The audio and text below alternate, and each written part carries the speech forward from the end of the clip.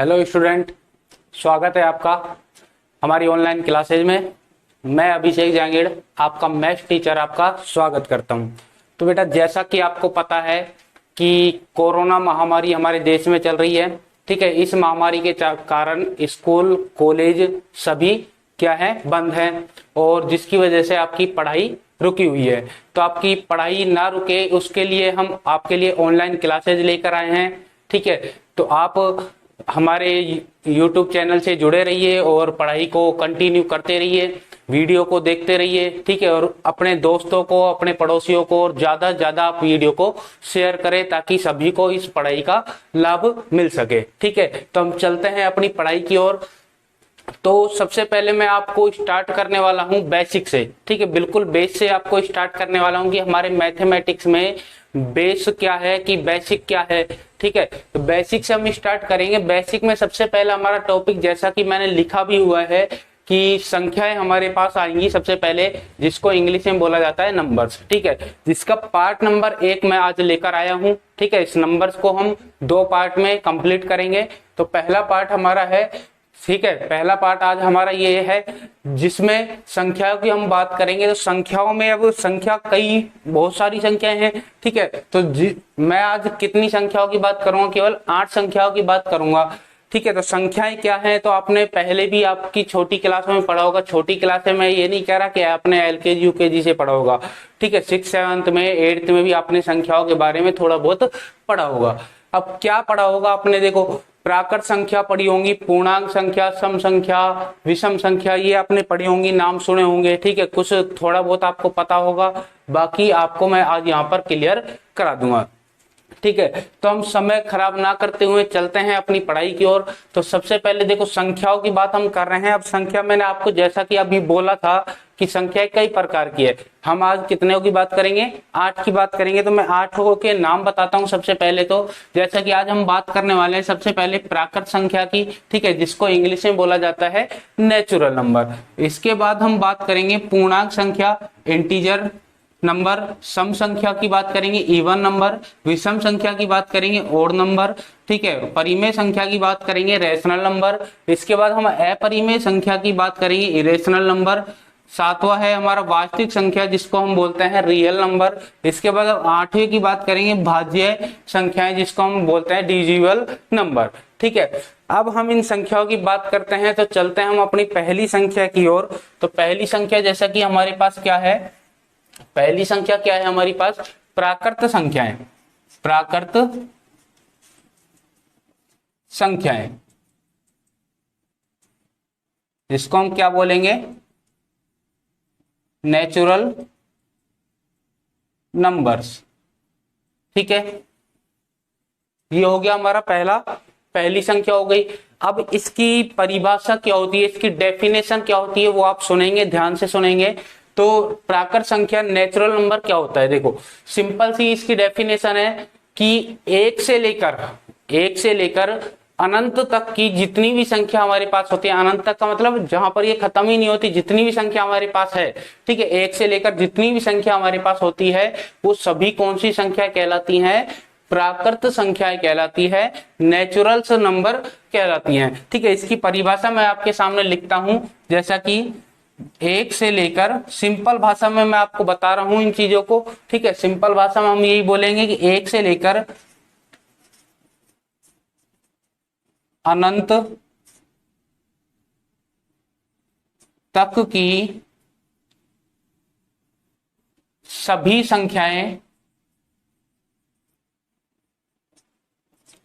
संख्याएं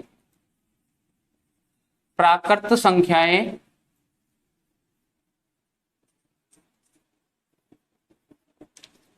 कहलाती है, ठीक है। एक से लेकर अनंत तक की सभी संख्याएं प्राकृत संख्याएं कहलाती हैं, ठीक है। एग्जाम्पल की अगर मैं बात करता हूं तो एग्जाम्पल देखेंगे, इसके एग्जाम्पल हम लिख देंगे भाई 1 2 3 4 5, इसी प्रकार ये चलता रहेगा। तो हमारे पास जितनी भी संख्या हमारे पास होती है, ठीक है, हमारे पास जितनी भी संख्या हमारे पास होती है वो सभी क्या कहलाती हैं? प्राकृत संख्या कहलाती है, ठीक है। अब प्राकृत संख्या में आप कहोगे सर माइनस वाली ठीक है, तो माइनस वाली जैसे कि मैं बात करता हूं कि -1, -2, -3, -4, -5 ये भी आती है। ठीक है, ये तो हो गई प्लस की, ये हो गई माइनस की। तो देखो प्लस वाली जो संख्या है हमारे पास है, ठीक है, ये प्लस वाली जो संख्या हमारे पास है, हम इनको बोलेंगे धन प्राकृत संख्याएं। ठीक है, धन प्राकृत संख्याएं, और इनको हम बोलेंगे ऋण प्राकृत संख्याएं। ठीक है, क्या बोलेंगे? धन प्राकृत संख्याएं और ऋण प्राकृत संख्याएं। ये सभी प्राकृत संख्या हैं, बस ये धनात्मक हैं तो इनको क्या बोल देंगे हम? धन प्राकृत संख्याएं। और ये है ऋणात्मक तो हम इनको क्या बोल देंगे? ऋण प्राकृत संख्याएं। ठीक है बेटा, क्लियर है? क्लियर है। हम चलते हैं अपनी नेक्स्ट परिभाषा की और, नेक्स्ट संख्या की ओर। तो ये आपको मैं बेसिक करा रहा हूँ, ठीक है, संख्याओं के बारे में बता रहा हूँ, इनकी परिभाषा हमें याद रखनी है। परिभाषा क्या है रिपीट कर देता हूँ। प्राकृत संख्या 1 से लेकर अनंत तक की जितनी भी संख्या हमारे पास होती है, ठीक है, वो सभी संख्या क्या कहलाती है? प्राकृत संख्या हमारे पास कहलाती है। वो सभी संख्या क्या कहलाती है? प्राकृत संख्या कहलाती हैं। ठीक है, एग्जाम्पल मैंने बताई दिए कि जितनी भी संख्या हमारे पास है वो सभी हमने एग्जाम्पल में लिए हैं, जैसे 1, 2, 3, 4, 5। नेगेटिव भी हम ले सकते हैं, -1, -2, -3। ठीक है, ये सभी संख्या कौन सी संख्या हो गई है? प्राकृत संख्या हो गई है। इसके बाद हम बात करते हैं अपनी सेकंड संख्या की। तो सेकंड संख्या हम आज कौन सी पढ़ने वाले हैं? पूर्णांक संख्या। कौन सी पढ़ेंगे हम? पूर्णांक संख्या। ठीक है, तो सेकंड हमारे पास है पूर्णांक संख्या। पूर्णांक संख्याएं। ठीक है, पूर्णांक संख्या को हम इंग्लिश में क्या बोलेंगे? Integers number.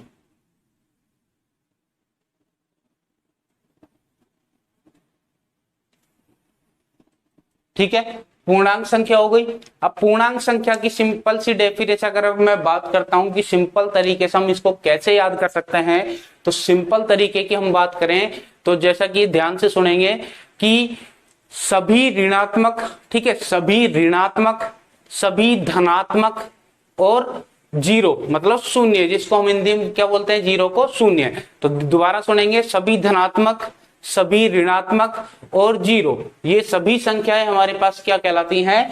पूर्णांक संख्या कहलाती हैं। ठीक है, सभी धनात्मक, सभी ऋणात्मक, ठीक है, और जीरो, ये सभी क्या कहलाती है हमारे पास? पूर्णांक संख्या कहलाती हैं। तो अगर मैं इसकी डेफिनेशन लिखता हूं तो डेफिनेशन क्या लिखूंगा? सभी धनात्मक, और ये भी धनात्मक संख्या और जो ऋणात्मक संख्या की मैं बात कर रहा हूं, ये संख्या कौन सी है? वही प्राकृत संख्या है। भाई अभी अपने प्राकृत संख्या में एग्जांपल लिया था ना, धनात्मक का और ऋणात्मक का। तो ये जो पूर्णांक संख्या में यहाँ पर जो काम में आएगी धनात्मक संख्या और ऋणात्मक संख्या, वो भी क्या है? प्राकृत संख्या ही है। तो इसकी परिभाषा में हम प्राकृत ऐड कर सकते हैं कि सभी धनात्मक प्राकृत संख्याएं, प्राकृत संख्याएं, सभी धनात्मक प्राकृत संख्याएं, सभी ऋणात्मक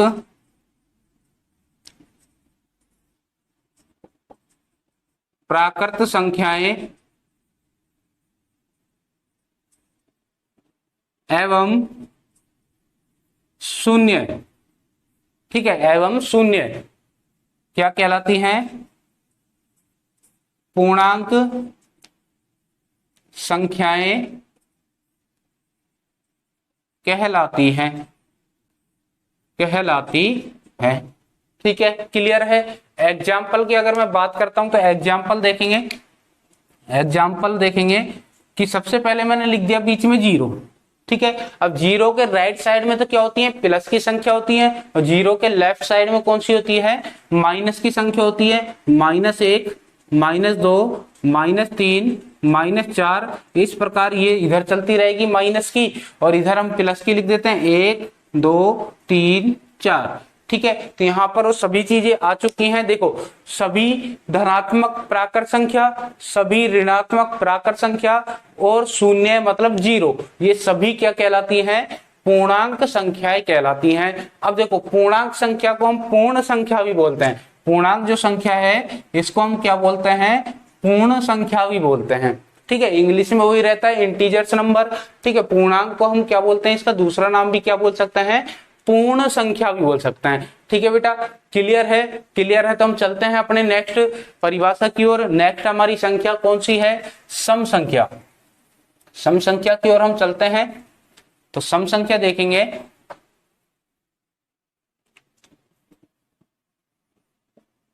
सम संख्याएं, सम संख्याएं इवन नंबर्स। ठीक है, सम संख्याएं इवन नंबर्स।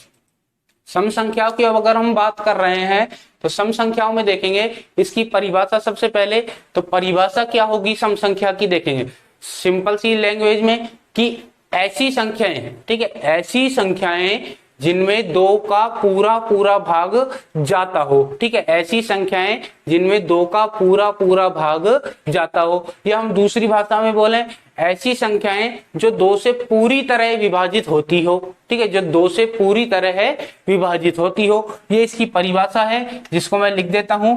ऐसी संख्याएं, ऐसी संख्याएं जो दो से पूरी तरह विभाजित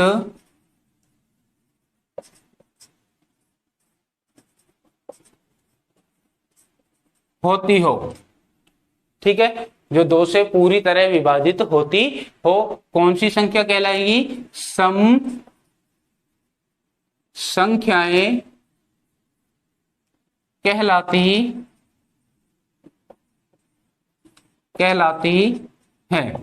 ठीक है, सम संख्याएं कहलाती हैं। एग्जाम्पल की अगर मैं बात करता हूं तो ऐसी कौन सी संख्या है जिसमें दो का पूरा पूरा भाग चला जाता है, तो हम दो की जो हमारी टेबल होती है वही दो का पूरा पूरा भाग चला जाएगा। जैसे कि एग्जाम्पल में बात करता हूं कि दो में दो का भाग जाता है, इसके बाद चार में दो का भाग जाता है, 2 4 6 8 10, तो इन सभी में किसका भाग चला जाएगा, दो का भाग आराम से चला जाएगा। ठीक है, ऐसी संख्याएं जिनमें दो का भाग जाता हो, मतलब जो दो से विभाजित होती हो, तो वो संख्या क्या कहलाएंगी, सम संख्याएं कहलाती हैं, इवन नंबर्स कहलाते हैं। ठीक है, क्लियर है? क्लियर है तो चलते हैं अपनी नेक्स्ट परिभाषा की ओर। नेक्स्ट हमारी संख्या कौन सी है, विषम संख्या। ठीक है, विषम संख्या की ओर हम चलते हैं। तो विषम संख्या में हम बात करेंगे, देखो विषम संख्या सम संख्या से थोड़े रिलेटेड है, बस उसका अपोजिट है। तो यहाँ पर हम बात करते हैं हमारी कौन सी नंबर की है, चौथे नंबर की हमारी परिभाषा है विषम संख्याएं। ठीक है, जिसको हम इंग्लिश में बोलते हैं ओड नंबर्स, ओड नंबर्स। ठीक है, इसकी परिभाषा सबसे पहले हम सम संख्या की परिभाषा देखते हैं। देखो सम संख्या की परिभाषा मैंने क्या बोली थी, ऐसी संख्याएं जिनमें दो का पूरा पूरा भाग जाता हो, मतलब दो से पूरी तरह विभाजित होती हो। अब विषम संख्या की मैंने बोला ना, उसका अपोजिट है, उसमें दो का पूरा पूरा भाग जाता हो और इसमें दो का पूरा पूरा भाग नहीं जाता हो, मतलब वो तो दो से विभाजित होती हो और ये दो से विभाजित नहीं होती हो। तो हमें क्या करना है, ऐसी संख्याएं जो दो से पूरी तरह विभाजित नहीं होती हो, हमें यहाँ पर क्या ऐड कर देना है, नहीं होती हो। ठीक है, तो हम यहाँ पर ऐड कर देंगे, यहाँ विभाजित नहीं होती हो, तो हम यहाँ पे इस प्रकार लिखेंगे इसको, विभाजित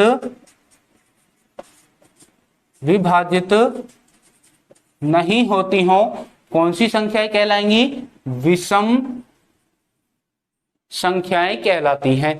ठीक है, दोबारा रिपीट कर रहा हूं मैं, देखो क्या होगा विषम संख्या की परिभाषा, ऐसी संख्याएं जो दो से पूरी तरह विभाजित नहीं होती हो, मतलब जिसमें दो का पूरा पूरा भाग नहीं जाता हो, कौन सी संख्या कहलाती है, विषम संख्याएं कहलाती हैं, ओड नंबर्स कहलाते हैं। ठीक है, क्लियर है? एग्जाम्पल की अगर हम बात करते हैं तो एग्जाम्पल देखेंगे।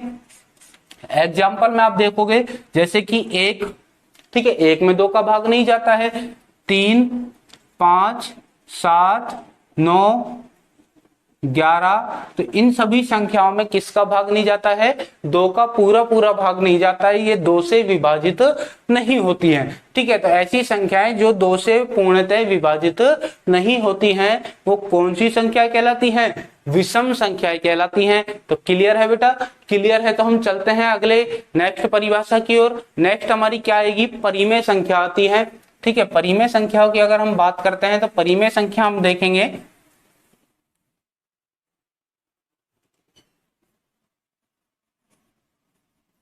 परिमेय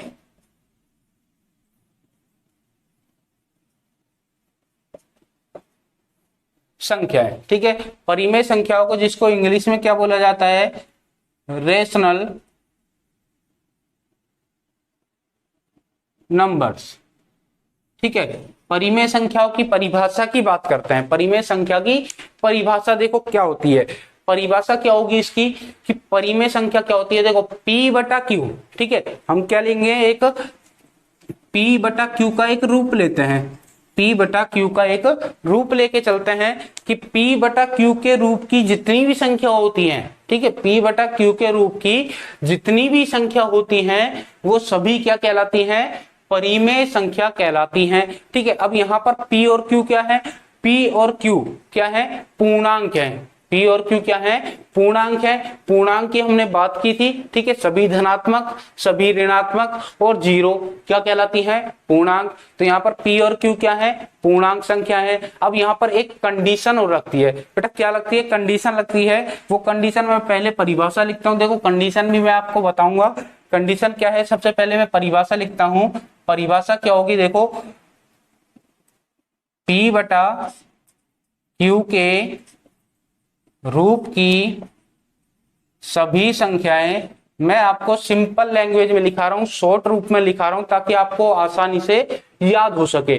ठीक है, आपको कई बुकों में आप देखोगे तो लंबी लंबी परिभाषाएं मिलेंगी।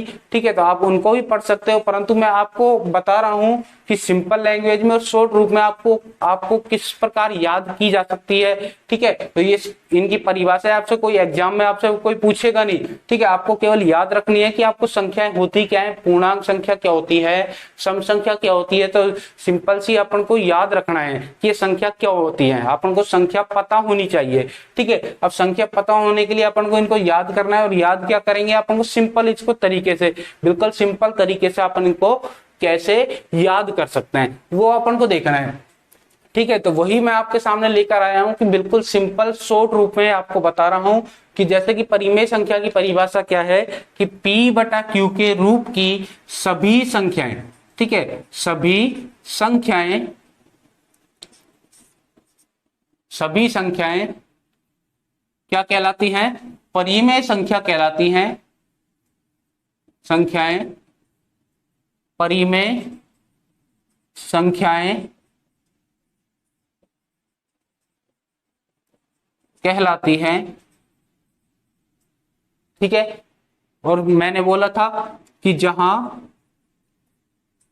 P व Q क्या है? पूर्णांक संख्याएं हैं। ठीक है, P व Q पूर्णांक संख्याएं हैं। अब मैंने ये बोला था कि यहाँ पर एक कंडीशन और अप्लाई होगी।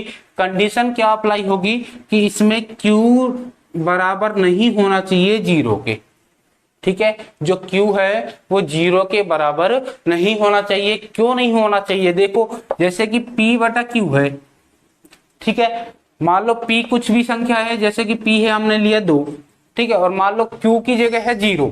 ठीक है, तो 0 लिया तो बेटा 0 को किसी भी संख्या में अगर हम भाग देते हैं, 0 को हम किसी भी संख्या में अगर भाग देते हैं तो क्या आता है? इंफिनिटी आता है, अनंत आता है। ठीक है, इंफिनिटी आता है, अनंत आता है। इसलिए 0 नहीं होना चाहिए Q के रूप, Q की जगह पर 0 नहीं होना चाहिए। इसलिए ये कंडीशन क्लियर है कि Q बराबर नहीं होना चाहिए किसके? 0 के बराबर नहीं होना चाहिए। ये कंडीशन हमारी यहाँ पर अप्लाई होगी। तो एक बार मैं वापस से रिपीट कर देता हूं परिमेय संख्या की परिभाषा। परिमेय संख्या की परिभाषा क्या है कि P बटा Q के रूप की सभी संख्याएं, ठीक है, P बटा Q के रूप की सभी संख्याएं क्या कहलाती हैं, परिमेय संख्या कहलाती हैं, जहां पर P और Q क्या है, पूर्णांक संख्याएं हैं। उसमें एक कंडीशन अप्लाई होती है, क्या होती है कि Q जो यहाँ पर बटे के नीचे आ रहा है, मतलब हर में आ रहा है, ये होता है अंश और ये होता है हर। तो हर में जो Q है उस Q की वैल्यू 0 नहीं होनी चाहिए। ठीक है, अगर मैं इसके एग्जाम्पल की अगर मैं बात करूं तो एग्जाम्पल देखो क्या होंगे। एग्जाम्पल हम कुछ भी ले सकते हैं, 1/2 P बटा Q हो गया। P बटा Q का मतलब क्या निकलता है, मतलब बटे की जो संख्या होती है, ठीक है, बटे में जो हमारी भिन्न की जो संख्या होती है, भिन्न वाली संख्या क्या होती है, P बटा Q के रूप की होती है, और वो क्या कहलाएंगी, परिमेय संख्या कहलाएंगी। 1/2, 3/4, ठीक है, 5/6, 7/8, कुछ भी आप ले सकते हो। ठीक है, 1/4, माइनस की भी आप ले सकते हो, माइनस का 1/4, ठीक है, आप माइनस की भी हो सकती है। तो जितनी भी हमारी बटे की संख्या है, मतलब भिन्न की संख्या है, ये सभी किस रूप की है, P बटा Q के रूप की है, चाहे वो प्लस की हो चाहे वो माइनस की हो। ठीक है, बस ये ध्यान रहे कि जो Q है, मतलब नीचे हर वाली जो संख्या है उसमें 0 नहीं होना चाहिए। ठीक है, ये हमारी P बटा Q के रूप की संख्या हो गई।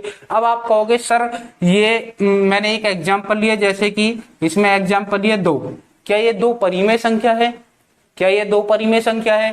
ठीक है, एक एग्जाम्पल लिया जैसे कि मैंने 6, क्या ये परिमेय संख्या है, हाँ बिल्कुल ये परिमेय संख्या है। क्यों, अब आपके माइंड में एक क्वेश्चन आ रहा होगा कि ये तो P बटा Q के रूप की नहीं है। तो बेटा अगर कोई P बटा Q के रूप की संख्या नहीं दिख रही है हमें, ठीक है, तो हम उसको P बटा Q के रूप की बना सकते हैं। कैसे, कि अगर किसी भी संख्या के नीचे हर में अगर कोई संख्या नहीं है तो हम क्या मानकर चलते हैं, 1 मानकर चलते हैं। हर में अगर कोई संख्या नहीं दी गई है तो हम क्या मानकर चलते हैं, 1 मानकर चलते हैं। तो ये क्या बन गई है, P बटा Q के रूप की संख्या बन चुकी है। तो अगर कोई किसी संख्या के हर में कोई दूसरी संख्या नहीं दे रखी हमें, तो हम क्या कर सकते हैं, उसके नीचे 1 मानकर उसे P बटा Q के रूप की बना सकते हैं। तो बना सकते हैं, तो वो किसकी कौन सी संख्या बन चुकी है, परिमेय संख्या। तो सिंपल सा, अगर आपको नीचे कुछ नहीं दिया गया और आपसे कोई पूछ ले कि क्या ये परिमेय संख्या है, ठीक है, आप बताइए कि ये परिमेय संख्या है या अपरिमेय संख्या है,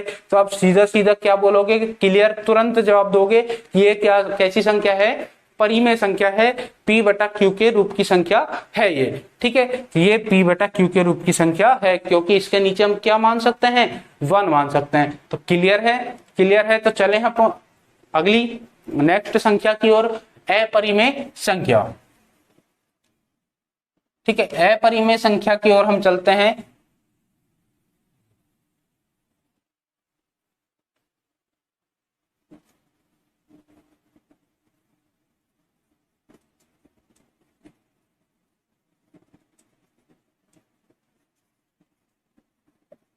अपरिमेय संख्या, ठीक है, अपरिमेय संख्या की ओर हम आए हैं। अपरिमेय संख्या की परिभाषा, अपरिमेय संख्या की परिभाषा की अगर हम बात करें तो ऐसी संख्या, सिंपल लैंग्वेज में ऐसी संख्या जो परिमेय नहीं है। ठीक है, ऐसी संख्या जो परिमेय नहीं है। तो हम इसकी परिभाषा अगर लिखते हैं, ऐसी संख्याएं जो परिमेय संख्याएं नहीं है, कौन सी कहलाएंगी, अपरिमेय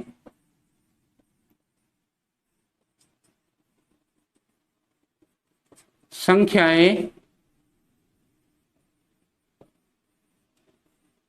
कहलाती हैं, अपरिमेय संख्याएं कहलाती हैं। इसका हम दूसरी भी एक परिभाषा बोल सकते हैं। दूसरी परिभाषा क्या बोल सकते हैं, देखो, अंडर रूट के वर्गमूल। ठीक है, अंडर रूट को हम क्या बोलते हैं हिंदी में, जैसे कि हम अंडर रूट लगाते हैं, इसको हम हिंदी में क्या बोलते हैं, वर्गमूल।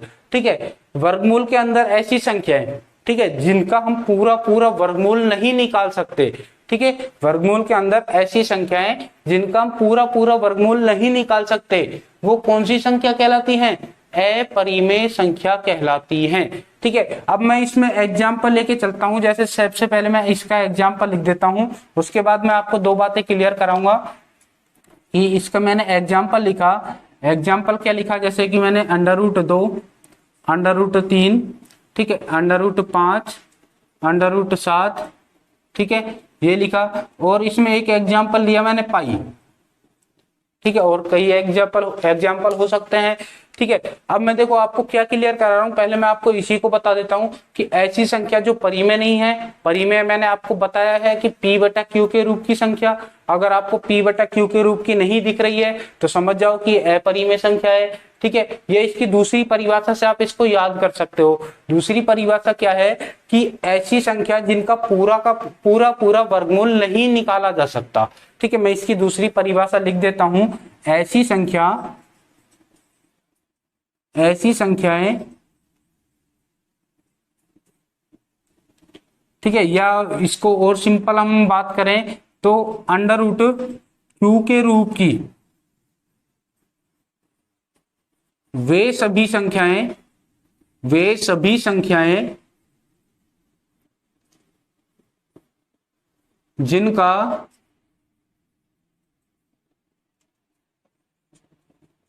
पूरा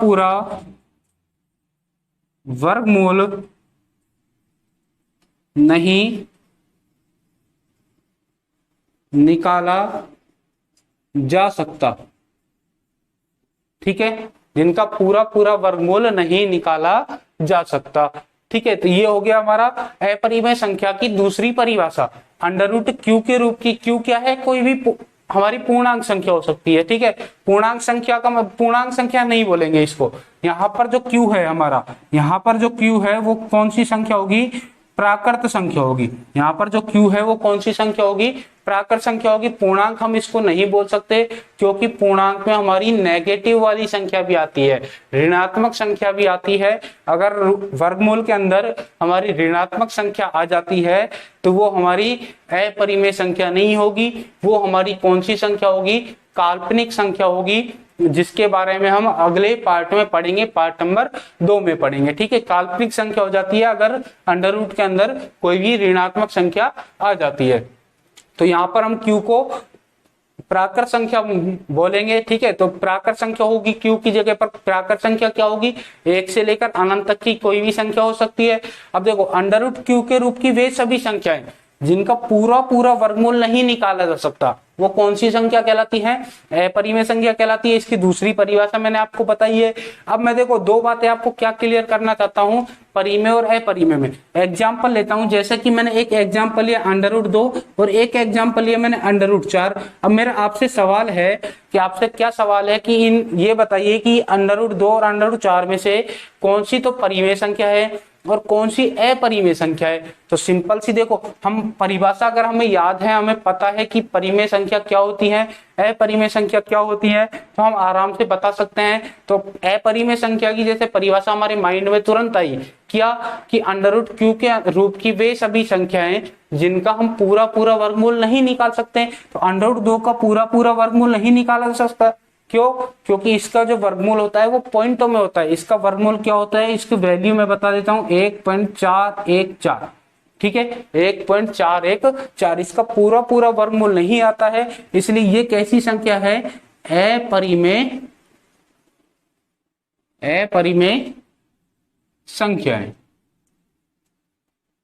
ठीक है, संख्या है। ये कौन सी संख्या है, अपरिमेय संख्या है। अगर √4 की हम बात करते हैं तो अब तो ये भी तो √q के रूप की है, √q के रूप की ये भी है, ये भी √q के रूप की है। तो इसको हम अपरिमेय क्यों नहीं बोल रहे, इसको हम अपरिमेय इसलिए नहीं बोलेंगे क्योंकि इसका पूरा वर्गमूल निकाला जा सकता है। क्यों, कैसे, देखो 4 का वर्गमूल क्या होता है, 2 होता है, क्योंकि 2 का स्क्वायर क्या होता है, 4 होता है। वर्गमूल 4 का वर्गमूल कितना होगा, 2, क्योंकि 2 का स्क्वायर क्या होता है, 4 होता है। अब देखो ये किसके रूप की बन गई, p/q के रूप की बन चुकी है। तो ये कौन सी संख्या होगी, परिमेय संख्या होगी। कौन सी संख्या होगी, ये परिमेय संख्या होगी, ठीक है। ये बात आपको क्लियर कराना चाहता था। इसके अलावा मैं बात करता हूं, देखो क्या बात करूंगा कि जैसे कि मान लो डायरेक्ट आपसे पूछ लिया जाए कि ऐसी संख्या दे दी जाए, डायरेक्ट आपको इस प्रकार की संख्या अगर दे दी जाए, ठीक है। और एग्जाम्पल में जैसा कि मैंने यहां पर लिया कि 1.732, ठीक है, और मैंने कुछ लिया जैसे 1.141456, ठीक है, इस प्रकार मैंने लिया। तो आपको डायरेक्ट अगर इस प्रकार की संख्या कोई दे दे और आपसे पूछे कि ये बताइए कि परिमेय संख्या है या अपरिमेय संख्या है, तो आप डायरेक्ट क्या बोलोगे, बिना घबराए और बिना सोचे आप तुरंत क्या बोल दोगे कि ये कौन सी संख्या है, अपरिमेय संख्या है। कौन सी संख्या है, अपरिमेय संख्या है, ठीक है। अपरिमेय संख्या होती है जिनके आगे डेड डैश लगा होता है, ठीक है। सिंपल सी आपको इसको याद करने का तरीका बता रहा हूं, जिसके आगे डेड डैश लगा हुआ है, ठीक है, जो खत्म ही नहीं हो रही है, आगे चलती जाएगी, ठीक है, वो कौन सी संख्या है, अपरिमेय संख्या है, ठीक है। आपको अपरिमेय संख्याओं को याद करने का मैंने आपको कई तरीके बता दिए हैं, ये हो गया, ये हो गया, ठीक है। इसके अलावा ये प्रकार, इस प्रकार का मैंने बता दिया, डेड डैश लगा हुआ है, तो आपको क्लियर है अपरिमेय संख्या, क्लियर है। तो हम चलें अपने नेक्स्ट परिभाषा की ओर। हमारी नेक्स्ट परिभाषा क्या आएगी, वास्तविक संख्या हमारी आती है नेक्स्ट परिभाषा, ठीक है। वास्तविक की ओर हम चलते हैं।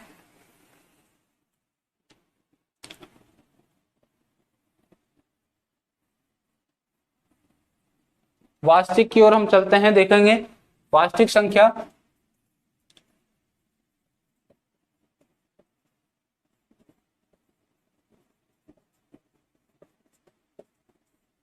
वास्तविक संख्या, ठीक है, रियल नंबर,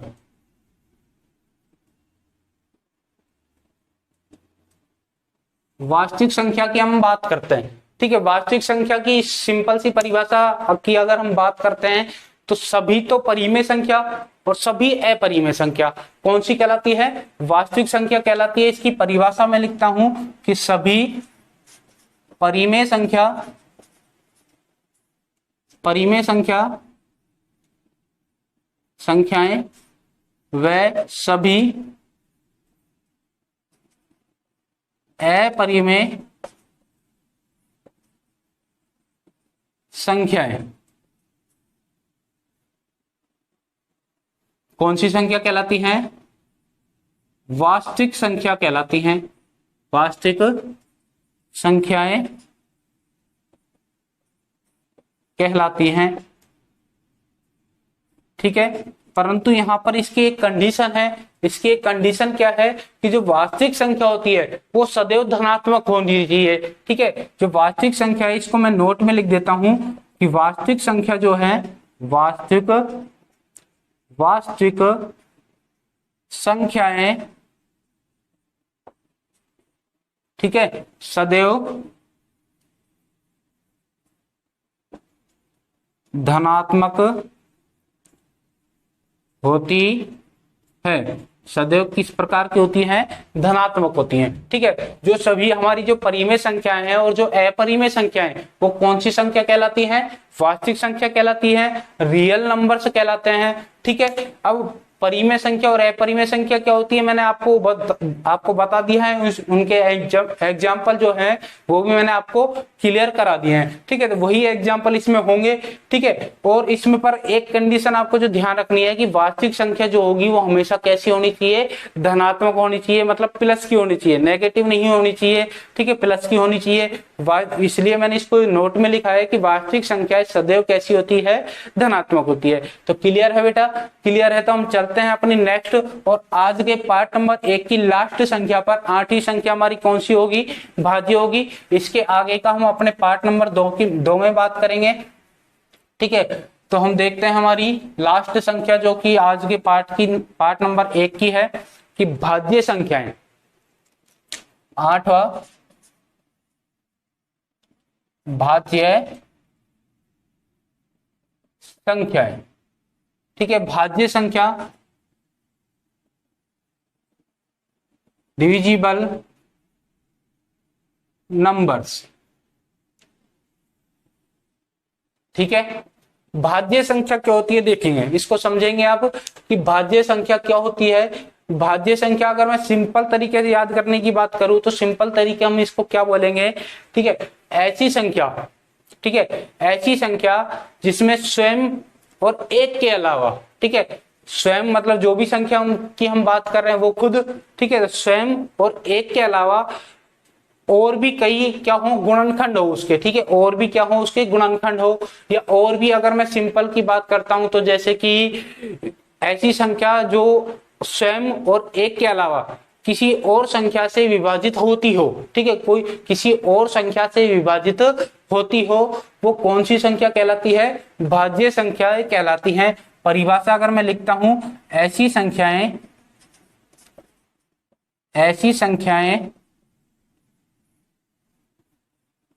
जो स्वयं तथा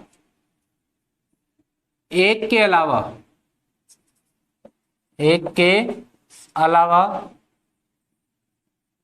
किसी और संख्या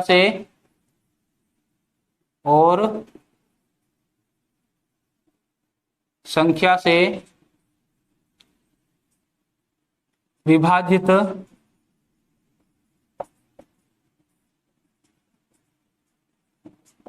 होती है, ठीक है, या जिसके और भी गुणनखंड होते हैं। कौन सी संख्या कहलाएगी, भाज्य संख्याएं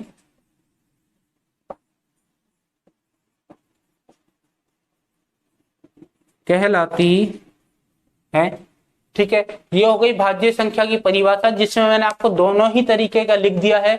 क्या लिखा है, ऐसी संख्याएं जो स्वयं तथा, स्वयं का मतलब खुद, ठीक है, तथा एक के अलावा किसी और संख्या से क्या हो रही हो, विभाजित होती हो, ठीक है, या दूसरा हम जिसको याद कर सकते हैं दूसरे तरीके से, या जिसके और भी क्या हो, गुणनखंड होते हो, ठीक है, कौन सी संख्या कहलाएंगी, भाज्य संख्या कहलाती है, ठीक है। अब एग्जाम्पल से आपको क्लियर होगा, जैसे कि मैंने एग्जाम्पल लिया है, एग्जाम्पल की अगर मैं बात करता हूं तो एग्जाम्पल लिया मैंने 4, 6, 8, 9, 10, ठीक है, 12, इसके बाद मैंने लिया 14, ठीक है, ये एग्जाम्पल मैंने लिए हैं। और ये किसके एग्जाम्पल हैं, भाज्य संख्या के एग्जाम्पल है। अब देखो भाज्य संख्या किस प्रकार है, देखो ये 4 जो है वो खुद से मतलब स्वयं से तो विभाजित होगा, भाई हर संख्या खुद से तो स्वयं से तो विभाजित होती है, ठीक है, जैसे कि 9 है, 9 से विभाजित होगा, 12 से विभाजित होगा, तो सभी संख्याएं स्वयं से तो विभाजित होती है। इसके अलावा एक से भी सभी संख्याएं क्या होती हैं, विभाजित होती है। कोई सी भी संख्या आप ले लो, उसमें एक का भाग तो जाएगा ही जाएगा, एक से विभाजित होती है, ठीक है, कोई सी भी संख्या होती है वो एक से विभाजित होती है और वो खुद से भी विभाजित होती है, ठीक है, तो एक से और खुद से भी विभाजित होती है। पर हमें क्या देखना है, हमें तीसरी चीज देखनी है, हमें तीसरी चीज देखनी है। दोनों चीजें आप देखो चाहे मत देखो, क्योंकि वो खुद से तो विभाजित होगी पर एक से विभाजित भी होगी, ठीक है, हमें तीसरी चीज देखनी है। तीसरी चीज क्या देखनी है कि वो किसी और संख्या से विभाजित हो रही है या नहीं हो रही, या उसके कोई अगला और कोई दूसरा गुणनखंड हो रहा है या नहीं हो रहा, ठीक है, तो हमें ये देखना है। तो जैसे कि देखो ये 2 से विभाजित होती है भाई, स्वयं तो हो गया 4 और 1, ठीक है, उनसे तो विभाजित हो रही है, पर उसके अलावा किससे विभाजित हो रही है, 2 से विभाजित हो रही है, तो ये कैसी संख्या होगी, भाज्य संख्या होगी। जैसे कि 6 की मैं बात करता हूं तो 6 देखो 2 से विभाजित होता है, 3 से विभाजित होता है, 2 से विभाजित होता है और 3 से विभाजित होता है, मतलब स्वयं और एक के अलावा भी वो 2 से विभाजित हो रहा है और 3 से विभाजित हो रहा है, तो ये कैसी संख्या होगी, भाज्य संख्या होगी। और मैं आगे बात करता हूं, जैसे कि मैंने 12 लिया, ठीक है, तो ये 2 से विभाजित हो रहा है, 3 से विभाजित हो रहा है, ये 4 से विभाजित हो रहा है और ये 6 से भी विभाजित हो रहा है, ठीक है, और स्वयं से तो होगा ही 12 से और 1 से विभाजित होगा, उसके अलावा भी 2 से विभाजित हो रहा है, 3 से हो रहा है, 4 से हो रहा है और 6 से हो रहा है। तो ऐसी संख्याएं जो स्वयं और 1 के अलावा किसी अन्य किसी संख्या से विभाजित हो रहा हो, ठीक है, तो वो संख्या कौन सी कहलाएगी, भाज्य संख्या कहलाती है। तो क्लियर है क्लियर है ना? तो क्लियर है तो आज का हमारा जो पार्ट नंबर 1 था वो यहीं पर खत्म होता है। आज की हमारी जो क्लास है, ऑनलाइन क्लास है, वो हमारी यहीं पर समाप्त होती है। तो आप अपनी पढ़ाई को रेगुलर रखिए, हमारे यूट्यूब चैनल से जुड़े रहिए, ठीक है। आपको डेली हम वीडियो प्रोवाइड कराएंगे। तो हम अपने नेक्स्ट पार्ट में देखेंगे, पार्ट नंबर 2 में देखेंगे अपनी नेक्स्ट संख्या, ठीक है। 9वें नंबर से हम आगे कंटिन्यू करेंगे इसको, ठीक है। तो अगर आपको हमारी वीडियोज अच्छी लगती हैं, ठीक है, वीडियो अच्छी लगती है तो आप लाइक करें, कमेंट करें और ज्यादा से ज्यादा आप शेयर करें। और अगर आपने अभी तक हमारे चैनल को सब्सक्राइब नहीं किया है तो प्लीज आप चैनल को सब्सक्राइब करें, अपने दोस्तों को बताएं, ठीक है, अपने क्लासमेट्स को बताएं कि हमारी जो ऑनलाइन क्लासें हैं वो स्टार्ट हो चुकी है और ज्यादा से ज्यादा आप उनको ज्वाइन करवाएं, ठीक है। इसी के साथ मैं अभिषेक जहांगीर, आपका मैथ टीचर, आपसे विदा लेता हूं। मिलते हैं अपनी नेक्स्ट क्लास में। Thank you.